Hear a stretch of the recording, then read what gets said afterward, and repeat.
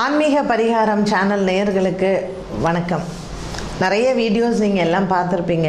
ஒவ்வொரு விஷயமும் நமக்கு ஒரு வாழ்க்கையில் எப்படி நம்ம வாழணும், இல்லை ஒரு நல்ல ஐஸ்வர்யமான ஒரு வாழ்க்கைக்கு நம்ம என்னெல்லாம் பண்ணணும், இந்த மாதிரி நிறைய அறிவுரைகளும் நிறைய அவேர்னஸ் சொசைட்டியில் அவேர்னஸ் க்ரியேட் பண்ணுறதுக்கு நம்ம நிறையா வீடியோஸ் போடுறோம். இன்றைக்கி நீங்கள் பார்க்க போகிற விஷயம் என்ன அப்படின்னு சொன்னால், நிறைய பேர் யோசிப்பாங்க, இதிலெல்லாம் கூட தப்பு இருக்குமா, இப்படியெல்லாம் செஞ்சால் என்ன அப்படின்லாம் நிறைய இப்போ நான் பேசுகிற கண்டென்ட்டை வச்சு உங்களுக்கு நிறைய யோசனைகள் எல்லாம் வரும். இன்றைக்கி நம்ம என்ன பேச போகிறோம் அப்படின்னு சொன்னோம்னா, நிறைய பேருடைய வீட்டில் படுக்கையிலேயே அப்படியே உட்காந்த இடத்துலையே சாப்பிடுவாங்க, படுக்கையை எடுத்தே வைக்க மாட்டாங்க. அண்ட் காலையில் அந்த படுக்கையை எந்திரிச்சாங்கன்னா அது அப்படியே இருக்கும், திரும்ப நைட் அதுலேயே படுப்பாங்க. நிறைய வீடுகளில் இந்த மாதிரி இருக்குது.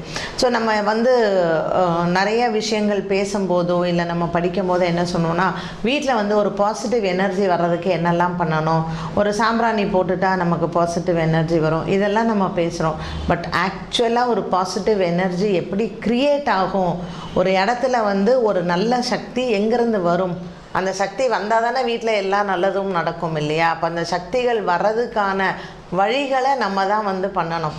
அப்போ நம்ம பெரியவங்கெல்லாம் எப்படி சொன்னாங்க, காலையில் நம்ம எந்திரிச்சோம்னா எந்திரிக்கும் போதே அந்த படுக்கையை சுருட்டி வைக்கணும் அப்படின்னு சொல்லியிருக்காங்க. ஸோ அப்போல்லாம் டன்லப்பு மெத்தை இல்லைன்னா கேர்லான் மெத்தை எல்லாம் கிடையாது, பாய் தான் இருந்தது. அப்போ அந்த ஓலைப்பாயை என்ன பண்ணுவாங்க, காலையில் எந்திரிச்சோம்னா பாயை ஃபஸ்ட்டு சுருட்டி அதை ஒரு மூலையில் அந்த பாயை வச்சுருவோம். தலகாணி அதை நல்லா தட்டி பெட்ஷீட்டோடு சுற்றி வச்சுருவோம். அப்படி வச்சு அந்த இடத்த உடனே பெருக்கிடுவாங்க. ஸோ ஒவ்வொருத்தருமே இந்த ராத்திரி இரவு நேரம் நம்ம தூக்கம் அப்படிங்கிறதே பார்த்திங்கன்னா நம்மளுடைய நிலை அது ஒரு பிரேத நிலை அப்படிங்கிறது தான் அர்த்தம். ஏன்னா நமக்கு அந்த தூக்கம் அப்படிங்கிறது நமக்கு கான்ஷியஸ் இருக்குது, நம்ம மூச்சு விட்றோமே தவிர நம்ம உடம்பு நம்மளுடைய இதெல்லாம் அதை ஒரு பிரேத நிலை அப்படின்னு தான் சொல்கிறோம். ஸோ ஒரு டெம்ப்ரரி டெத்து அப்படிங்கிற மாதிரி தான் நம்மளுடைய தூக்கம் அப்படிங்கிறது.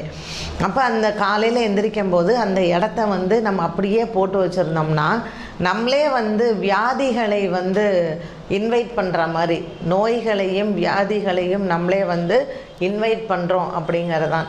நீங்கள் இறந்த வீடுகளெல்லாம் பாருங்களேன், ஒரு மனிதன் இறந்த பிறகு நிறைய தானங்கள் பண்ணுவாங்க. அதில் இந்த பாயெல்லாம் தானம் பண்ணுவாங்க. எதுக்காக பண்ணுவாங்கன்னா, அந்த இறந்தவங்களுக்கு என்ன நோய் இருந்ததோ திரும்பவும் அந்த குடும்பத்திலேயோ அந்த வம்சத்துலேயோ திரும்ப அது வரக்கூடாது அப்படிங்கிறதுக்காக தான் அந்த பாய் படுக்கை இதெல்லாம் தானம் பண்ணுவாங்க.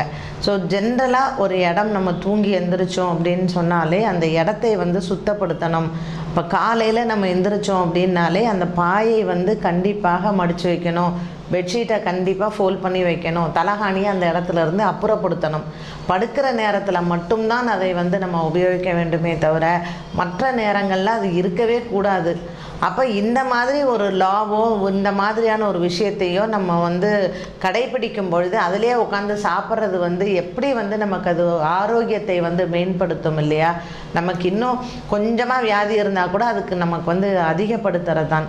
அண்ட் இன்னொன்று நம்ம எல்லோரும் நீங்கள் முக்கியமாக நினைவச்சுக்க வேண்டியது என்ன அப்படின்னு சொன்னால், வீட்டில் பெண்கள் சமைக்கிறீங்க இல்லையா, சமைக்கும்போது எரிச்சல் பட்டுக்கிட்டோ கோவப்பட்டுக்கிட்டோ திட்டிக்கிட்டோ அந்த மாதிரி பண்ணவே பண்ணாதீங்க. அந்த உணவு ஒருபோதும் அது நல்ல ஆரோக்கியத்தை கொடுக்காது. நீங்கள் அவ்வளோ திட்டிட்டு உங்கள் குழந்தைங்களுக்கு சாதம் போட்டு இல்லை அவ்வளோ திட்டிட்டு கணவனுக்கு சாதம் போட்டிங்கன்னா அவங்க ஆயுளும் குறையும், அவங்களுடைய ஆரோக்கியமும் குறையும். இது எத்தனை பேருக்கு தெரியும் அப்படிங்கிறது எனக்கு தெரியாது. ஆனால் சமையல் கட்டுக்குள் ஒரு பெண் நுழைந்து காலையில் நீங்கள் பால் காய்ச்சுறீங்க, அதுக்கப்புறம் சமைக்கிறீங்க அப்படின்னு சொன்னால் இந்த உணவு ஆரோக்கியமாக இருக்க வேண்டும் அப்படிங்கிற ஒரு எண்ணத்தோட ஒரு நல்ல சந்தோஷத்தோடு நீங்கள் அதை சமைச்சால் மட்டும்தான் உங்களுக்கு ஆரோக்கியம் போய் சேரும். அப்போது சமைக்கும் போதும் வீட்டுக்காரரோட சண்டை இல்லை மாமியாரோட சண்டை நாத்தனாரோட சண்டை இல்லை நாள் ஃபோன் பேசினதை அதை எல்லாத்தையும் மைண்டில் வச்சுக்கிட்டு நான் எதுக்கு தான், ஏன்னா ஜென்ரலாக நிறைய லேடிஸ் கிச்சனில் தான் புலம்புவாங்க. ஏன்னா அந்த இடத்துல கொஞ்சம் தனியாக இருப்பாங்க. எங்கள் அம்மா இப்படி கல்யாணம் பண்ணி கொடுத்துட்டா பாரு, இந்த ஆளை நான் கல்யாணம் பண்ணிக்கிட்டு நான் என்ன பெருசாக வாழ்ந்துட்டேன், இப்படி ஆயிடுச்சு அப்படி ஆயிடுச்சுன்னு நிறைய புலம்புவாங்க. ஸோ அவங்களுக்கு புலம்புறதுக்கு ஒரு இடம் அந்த அடுப்படி மாதிரி ஆகிடும். தயவு செஞ்சு அதை பண்ணாதீங்க. நீங்கள் எவ்வளோக்கு எவ்வளோ அந்த இடத்துல நின்று புலம்புறீங்களோ உங்களோட அத்தனை நெகட்டிவ் எனர்ஜி நீங்கள் என்ன சமைக்கிறீங்களோ அதில் தான் போகும். அப்புறம் நீங்கள் வந்து ஹாஸ்பிட்டலுக்கு போகாமல் நம்ம எப்போ பார்த்தாலும் எக்ஸ்ரே எடுக்கிறது, இல்லை எப்போ பார்த்தாலும் ஸ்கேன் எடுக்கிறது, எப்போ பார்த்தாலும் ப்ளட் டெஸ்ட் எடுக்கிறது எல்லாம் நார்மலாக இருக்கும். ஆனால் வியாதி என்னன்னே கண்டுபிடிக்க முடியாது. ஸோ முதல்ல நம்ம எங்கே தப்பு பண்ணுறோம் அப்படிங்கிறத தெரிஞ்சுக்கிட்டு நம்ம திருத்திக்கிட்டோம் அப்படின்னு சொன்னால் நிறைய விஷயங்கள் வந்து பிரச்சனைகளோ இல்லை இதுக்குன்னு ஒரு பரிகாரத்தை தேடிட்டோம் நம்ம ஓட வேண்டிய அவசியமே கிடையாது. எண்ணங்கள் நமக்கு முதல்ல நல்லா இருக்கணும். அப்போ அந்த எண்ணங்கள் எப்போ வரும்? நம்ம படுக்கிற பாயிலையும் படுக்கிற பெட்டுலேயும் உட்காந்து நம்ம சாப்பிட்டோம்னா நம்ம ஆரோக்கியம் ஃபஸ்ட்டு எப்படி இருக்கும் சொல்லுங்கள். ஏன்னா அந்த வீட்டில் வந்து ஒரு நல்ல ஐஸ்வர்யம் வரவே வராது.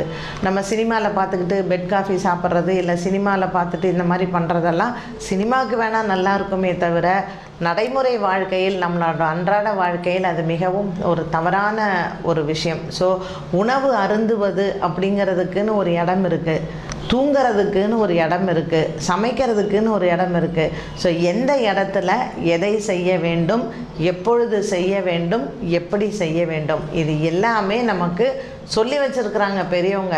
நம்ம இன்றைக்கி லைஃப் ஸ்டைலில் கையில் ஒரு ஃபோனை வச்சுக்கிட்டு எல்லாத்தையுமே உட்காந்த இடத்துலையே நம்ம பண்ணணும் நம்ம நினைக்கும் போது எல்லாமே நமக்கு எதிர்மறையாக தான் நடக்கும். அதனால் பெண்கள் வீட்டில் சமைக்கும் பொழுதும் சரி, அந்த சமையலை கொண்டு போய் பரிமாறுறதும் சரி, நீங்கள் ஸ்ட்ரிக்டாக இருங்க. கண்டிப்பாக உங்கள் பசங்க வந்து பாயில் உட்காந்துக்கிட்டு தட்டை வச்சுக்கிட்டு இங்கே எடுத்துகிட்டு வான்னு சொன்னால் சாப்பாடு போடாதீங்க.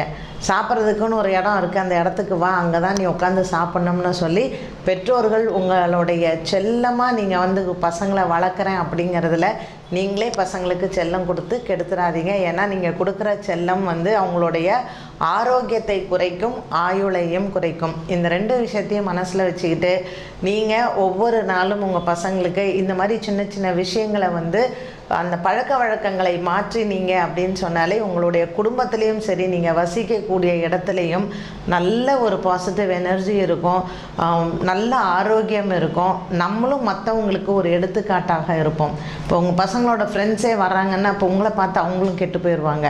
அதனால் நீங்கள் வந்து வாழற வாழ்க்கையில் ஒரு எடுத்துக்காட்டாக இருங்க. உங்களை பார்த்து 10 பேர் அதை வந்து ஃபாலோ பண்ணுற மாதிரி தான் நம்ம என்றைக்குமே நம்மளுடைய வாழ்க்கையில் இருக்கணும். ஸோ இந்த வீடியோ உங்கள் எல்லாருக்கும் பிடிச்சிருக்கும்னு நான் நினைக்கிறேன். இதை நீங்கள் மட்டும் பார்த்தா பத்தாது, மற்றவங்களுக்கும் இதை நீங்கள் ஷேர் பண்ணணும். அண்ட் இந்த வீடியோவை லைக் பண்ணுங்கள். அண்ட் ஆன்மீகம் பரிகாரம் சேனலுக்கு மறக்காமல் சப்ஸ்கிரைப் பண்ணுங்கள். கூடவே நோட்டிஃபிகேஷன் பெல்லையும் ப்ரெஸ் பண்ணுங்கள். அப்போ தான் நியூ வீடியோஸ் வந்தால் உங்களுக்கு அந்த நோட்டிஃபிகேஷன் வரும். மீண்டும் சந்திக்கும் வரை நன்றி, வணக்கம்.